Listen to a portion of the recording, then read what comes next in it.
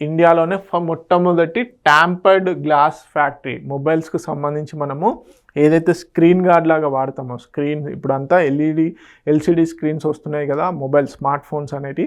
So వాటిపైన ఉపయోగించేటువంటి tamper glass మన ఇండియాలో ఇప్పటివరకు మ్యానుఫ్యాక్చర్ కాలేదు. సో మొత్తం చైనా ఈ కంట్రీస్ నుంచి ఇంపోర్ట్ చేసుకుంటున్నాము.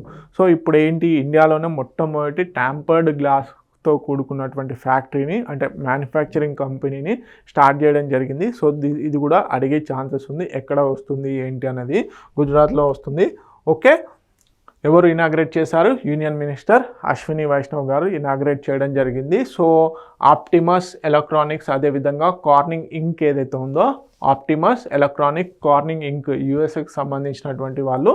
సో వీళ్ళు ఏంటంటే ఇద్దరు సంయుక్తంగా ఇంజనీర్డ్ బై కార్నింగ్ అని చెప్పేసి బేసిక్గా ఒక కొత్త కంపెనీని ఏర్పాటు చేయడం జరిగింది ఫర్ ట్యాంపర్డ్ గ్లాస్. సో ఇది దేశంలోనే మొట్టమొదటి mobile tampered glass manufacturing company అనమాట. ఇప్పటివరకు ఏవైతే మనం మొబైల్స్కి వేసుకుంటున్నామో అవన్నీ కూడా చైనా నుంచి ఇంపోర్ట్ చేసుకుంటున్నటువంటి.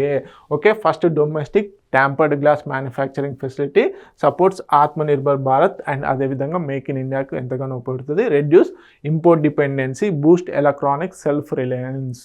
Okay, so India's electronics output ఎంత? 11.5 lakh crore ఉండడం జరిగింది. ఓకే, ఎక్స్పోర్ట్స్ వచ్చేసి 3 lakh crore వరకు ఉండడం జరిగింది. ఫేజ్ 1లో బాగా 70 crores వరకు ఇన్వెస్ట్మెంట్ చేయడం జరుగుతుంది. Okay, 25 units per year. Okay, 25 million units per year అనేది ప్రొడక్షన్ చేయడం జరుగుతుంది దీని ద్వారా.